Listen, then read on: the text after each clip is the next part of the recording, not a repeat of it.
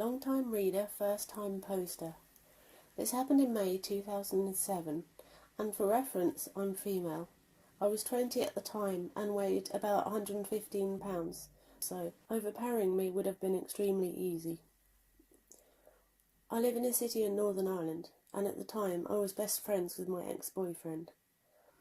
My ex-boyfriend's cousin's band decided to play a small gig way out in the countryside, so we had to drive for about an hour or more to get to the location. We arrived and it was literally a field amongst fields, smack bang in the back arse of nowhere. Apparently one of the members of the band knew the owner of this field, and apparently we had permission to be there. I never checked, so I don't know, but whatever. There were several cars already there when we arrived. Me, my ex, his sister and two friends travelled together. We had packed the car full of tents, sleeping bags and a ton of alcohol. The plan was to watch the band, then blast some tunes, have a bit of a party and spend the night in the field in our tents. The way the field was laid out was kind of like an L shape. All the tents set up around the corner, and the band had set up a generator across the field on the other side. Then beside where the tents were, there was a hole in the bush to the other field. We went through here to go to the toilet, so we had some privacy from everyone. There was roughly 30 to 40 people in the field, and the band started playing. We had started drinking and generally having a great time. Any time I needed to pee, I went with my ex's sister or a friend, as it was a good few minutes' walk to the next field, and none of us wanted to go alone, even though we were in the middle of nowhere. I was sharing a tent with my ex for the night, and at about 3 a.m. decided I'd had enough and wanted to go back to the tent to sleep. I told him I was going and made my journey across the field to the tents. As I got into the tent and pulled the zipper down, I felt someone tugging at it and assumed it was my ex, until I heard an unfamiliar voice say, "Let me in," quite aggressively. I called out, "Who are you?" And he said, "I know you're in there alone. You can't hold the zipper down forever. Let me in." Over the next minute or so, I was gripping onto the zipper of the tent and holding both sides of the fabric together to prevent this guy from getting into my tent. A couple of times he managed to get the zipper up a bit, but I always managed to get it back down. For the life of me, I have no idea how I managed to do this. The whole time we were struggling against each other over the zipper. He kept saying things like, "I'm going to get in eventually, bitch, and it's going to be worse if you don't fucking let me in." I was absolutely petrified. Then I heard my ex-boyfriend's booming voice shout, "What the fuck are you doing at that tent?" Then I heard a smack and a thud, and my ex called to ask me if I was okay. My ex had saw what was happening, punched the guy, and he fell. He had watched me walk to the tents and watched this dude follow behind, assuming he was going to the loo, but he kept watching him to make sure. When he saw him turn towards the tents, he came over to make sure I was okay. Thank God he did. Anyway, a huge fight broke out, and then one of the creepy guy's friends ended up hitting him too. Turns out he was known for this kind of creepy behaviour, and had been in trouble with the law for sexually harassing women in the past. And my ex's cousin had said that he was staying over at her house once with her brother, and she woke up to find him standing in her room watching her sleep. I really don't know what his intentions were had he managed to fight his way into the tent that night. No one would have heard anything as the music was so loud, but thank goodness my ex still cared enough about me to keep an eye on me as I made my way back to the tent that night. My ex actually bumped into the guy a few weeks later and told me that his lip was still pretty busted up and looked like he was going to have a permanent scar from the 2 punches.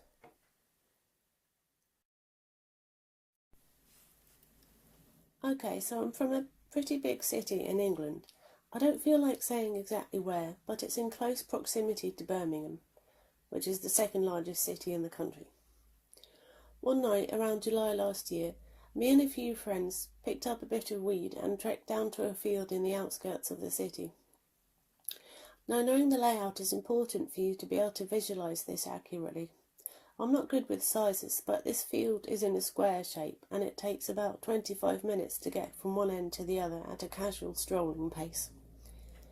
At one end is a small gravel car park big enough for maybe 10 cars, with a park next to it, slides, swings and such. At the opposite end is an exit onto a footpath, that's more like a maze. It splits off into multiple narrow paths winding between trees and bushes, one of which eventually exits out onto a country road. It's well known to locals that this footpath has seen a plethora of muggings, rapes, and even murders. The other two ends of the field are pretty much empty with no obvious exits due to the dense bushes around the perimeter. We were getting high, kicking a ball about, playing in this park that we had all to ourselves, and before we knew it, we missed last buses. So we just decided to prolong our stay since we were all dreading the walk back. We noticed a car that had been parked for an awfully long time, which we found suspicious, since it was about 1 a.m, and we hadn't seen anyone around. At one point, the ball ends up close to the car, so my friend went to retrieve it. When he finally managed to contain his laughter, he told us that there were people dogging in there, so I was no longer on edge and went back to enjoying myself. Now it's about 2 a.m. We're sat on the grass, smoking a spliff by the park, and a police car slowly creeps in and parks up. My initial thoughts were that they were looking for doggers who they parked adjacent to, but then a roof-mounted spotlight comes on, sweeping the field. We get up and slowly begin to stroll towards the opposite end, and I mean turtle pace, because of course they're not going to bother harassing a few teenagers in the middle of the night. They drive back out of the car park, followed by the doggers shortly after. Now this is where shit starts to get seriously fucked up. We're still slowly strolling across the other end, when about 5 minutes after the cops left, a car drives in and parks up, again with a searchlight on top. I didn't get a good look before they fixed that blinding spotlight on us, and my friends were all insistent this wasn't the cops, but a beaten-up, shady-looking car. Naturally, we began to walk a bit faster. One of my friends tells of stories he heard about criminals purchasing these searchlights to either impersonate the police or just scout areas for potential victims. At this point, I'm low-key terrified. Then all of a sudden, the searchlight switches off, and I shit you not, another light flashes momentarily, seemingly illuminating the entire field. I'm aware this sort of technology probably doesn't exist, and if it does, it's probably a prototype in a top-secret base somewhere, but that's what I saw. The best thing I can compare it to is when you get flashbanged in Call of Duty, complete with the high-pitched whistle and all. This keeps happening in about 10-second intervals for a couple of minutes. At this point, we're almost at a slow jog. It finally stops, and they switch their engine on, so we assume whoever they are, they're leaving, and we slow to a walk again. We're almost at the footpath anyway, but when I turned around to check, I stopped, frozen in fear at what I saw, for a moment while everyone else went ahead. I called out to them, "Hey, am I tripping, or are those headlights getting closer?" Fully expecting them to tell me that paranoia was getting the better of me. My heart sank when all I heard was, "Oh shit," followed by the sound of the engine roaring. I turned back around into a full sprint, and as we rounded the corner onto the footpath, me and one of the others swore that we saw the lights creeping through the bushes. This was undoubtedly the most intense experience of my life. We carried on deeper into the pitch-black maze until we found an old bench, kind of hidden behind some bushes, where we smoked our last spliff and waited for about 2 hours before leaving the same way we came in. No spooky cars in sight. I really have no solid explanation for all of this. I doubt the second car were police, because why would they leave and then come back? Surely if they thought we were suspicious enough to confront, they would have done it while we were still calm and strolling close to the car park instead of scaring us shitless at the other end of the field. I'm thinking it was someone parked up nearby waiting for the police to come by and do their routine sweep. Something I hadn't thought of until now is that, considering the history of the footpath, they could actually have been luring us there where they had their cronies waiting. If that's the case, praise the Lord we didn't run into them. Edit. Okay, so people seem to think it was the police. I should have mentioned there's a couple of dim lampposts around the car park, and the police cars in my city have a very distinctive paint job. They're white with fluorescent green stripes, and of course adorned with the word police all over. However, all four of my friends swear on their lives that the second car was a rustic maroon colour, and there's no way they would have, or even could have said that to fuck with me, considering how fast it happened. As for the strange flashbang light, I suppose the most likely scenario is that the spotlight never turned off, and in my panic as I turned around I got blinded by the beam, and my mind played tricks on me from there.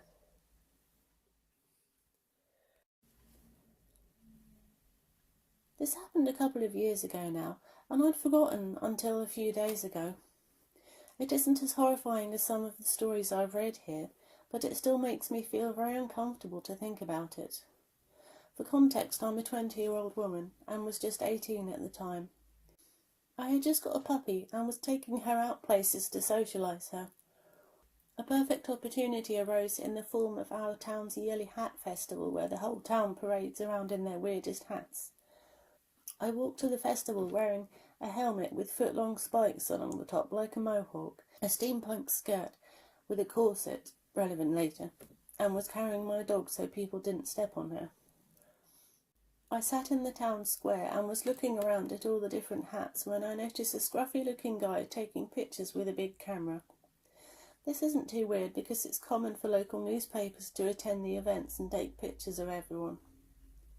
Pretty soon my outfit, hat and dog combo attracts his attention, and I can see that he is taking pictures of me from a few metres away. I'm a shy person, but I tried to make a good picture, so I ignored it and looked natural. I focus on making sure my dog, who I was still holding, is relaxed. After about 10 minutes I look over to see where the guy is, and he had walked much closer to me, still taking pictures. This is where I started to feel very uncomfortable, as it's obvious from the angle of the camera he's not taking pictures of my hat anymore. When he eventually looked up from my body to meet my eyes, he realised I'd noticed him. He quickly walked over and took out a notepad and pen and said, "Hi, great hat. Can I get a picture of the puppy looking forward?" "Yeah, of course." I went to put her on the ground, but he reached out and firmly touched my arm, irritatingly mumbling something about how she looked better if I held her. I mentioned earlier I was wearing a corset, and I started to regret this decision as I realised he was just trying to take pictures of my cleavage. I put my dog down and say, "Okay, do you have enough pictures now?" I'm feeling very exposed and uncomfortable by now. The guy looked frustrated. Yeah, can I have some details for the pictures?" "Sure," I said. Idiot behaviour, but I still assumed he was from the paper. He asked my name and how old I was, pretty normal stuff, but then I could see he was writing down other things on the paper. I glanced down and started to feel very sick and creeped out when I saw he had written down my approximate height and weight, such comments as legs, as well as the words "lives close." I'm guessing he saw me walking in and assumed that I did. Then he asked me if I was local. I was, but lied and said no to throw him off. This made him irritated, and he snapped at me. "Yes, you are. I know you're local. I've seen you before." By now I was feeling extremely creeped out, so I tried to think of ways to find out more about him, so I asked what paper the pictures would be in so I could see them. He was still writing, and then turned and started walking away from me. "Hey, I asked what paper will they be in," I shouted after him. He stopped and put his notepad away before looking at me and saying, "I don't work for any paper." I felt my stomach drop out of my ass as he ran to his car and drove away. I called my dad and asked him to come and pick me up immediately, saying I felt sick. I never told anyone else this story, which I guess is why I forgot about it for so long. But as I'm writing it now, I can feel the same sense of uneasy wash over me. I still wonder what he did with the pictures he took of me, or what they even looked like, and it scares me to think of what he wrote about me too. So to the fake news guy, let's never meet ever again.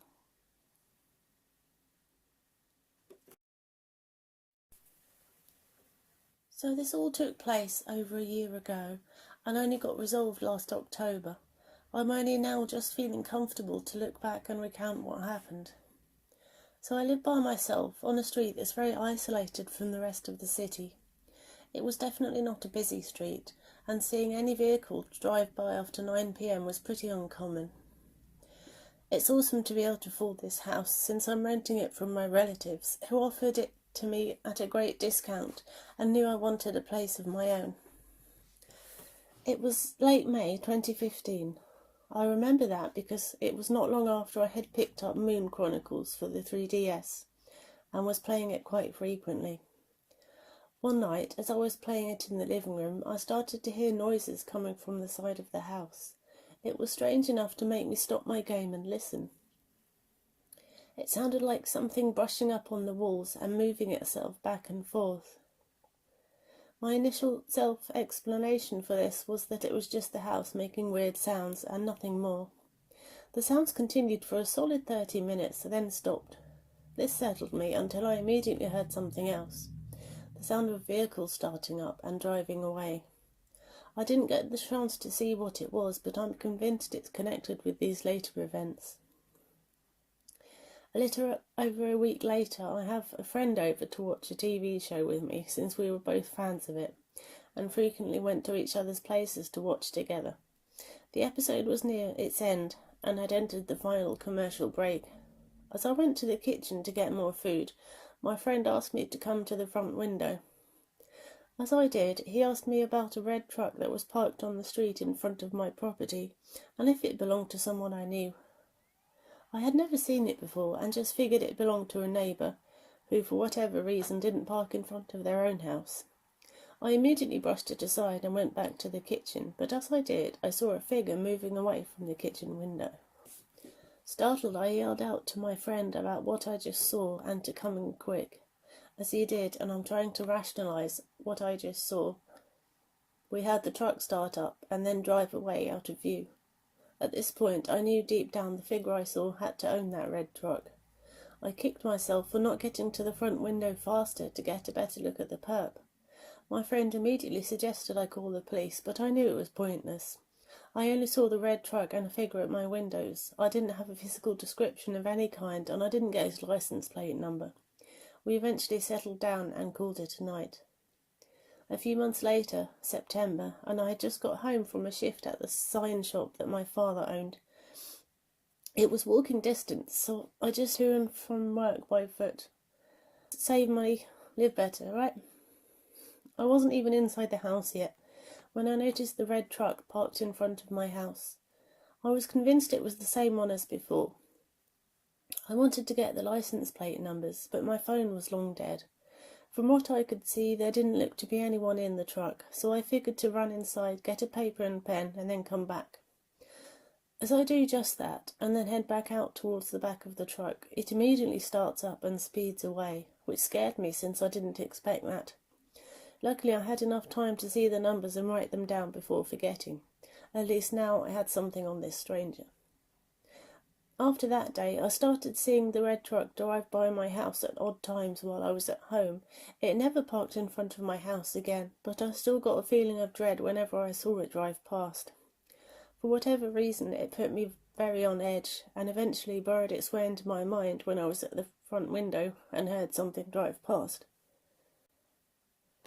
It was a few days into December. Snow had just fallen, and I was setting up Christmas decorations around the house. I was never into Christmas trees personally, but I loved hanging tinsel and bells in all the rooms. I had begun work in the living room, and I noticed something through the front window. This time it wasn't a red truck. Footprints. Several tracks of footprints could be seen going alongside my house in what it looked like to be several loops. I had yet to go outside, so they couldn't have been mine, and I decided to follow these tracks to wherever they went. They both originated and led back to some woods at the back of my house, hardly dense, but thick enough not to see through to the other side. It eventually led me to the other side of the woods, which was nothing but an empty lot on the other side. And there, the tracks completed their loop in front of big tyre tracks that led back out onto the street. It was at this point that I started considering this might be a stalker of some kind. Not long after that, I was getting ready for bed when I hear a loud smash outside, where the garbage can should be. I'm able to glance out my window on time to see a man in all black running away from my house and into the woods. This freaked me out, and I called the police. It didn't take long for them to come, and I explained everything to them. As I figured, it wasn't enough information, as they would have liked, but they did promise to search the woods and patrol my street for the remainder of the night. I was still all shaken up, but relieved I was being listened to. I did accidentally forget to give them the license plate numbers I wrote down. I realised this once I went to bed, and promised myself to send the numbers first thing tomorrow, but forgot to. February rolls around, and I'm getting ready to go out with friends for a movie, Deadpool. I was just making sure I had all the lights off when I saw something I hadn't seen in months. The red truck outside my house. Immediately after seeing that, I heard the sound of glass shattering in my kitchen. I ran to find a rock on the floor. The first thing I noticed about it was the blood-like substance all over it. As I went to pick it up, I heard a loud, menacing voice say, "Bitch," from the broken window. Before I could look back to see who it was, they were gone. The truck had started up and took off with no surprise. When I phoned this incident in, I made sure to give the license plate numbers. They also came by to collect the bloody rock. I eventually found out those license plate numbers were fake and not in the system. And while the blood on the rock was legit, it also didn't match anything on the system. This really upset me to know, as there was no way to trace this back to the guy. It's once again September, and I'm trying to live day to day without looming fear of my own house. I once again have my friend over for TV, and they know everything that's happened as well. The show had just started when I heard profanity coming from outside my house. It was then that I finally got to see the face of my countless nightmare standing in front of my window. He was tall, muscled, long blonde hair, once again all in black, but I could now see the gold chains around his neck. He was demanding I come outside and let him end me.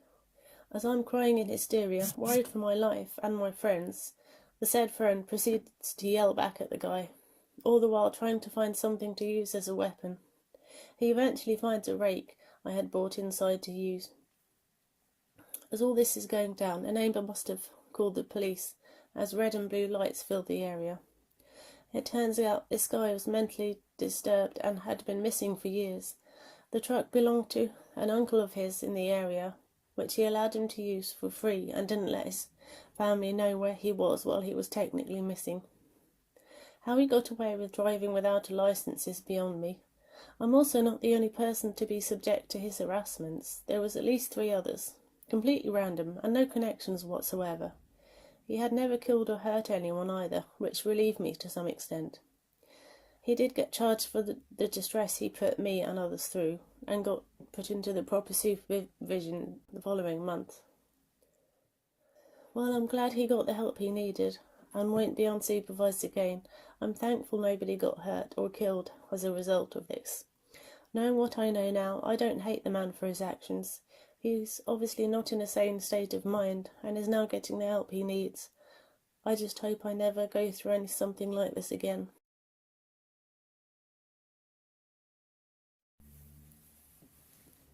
This happened about a year ago on a camping trip to Kentucky in the winter.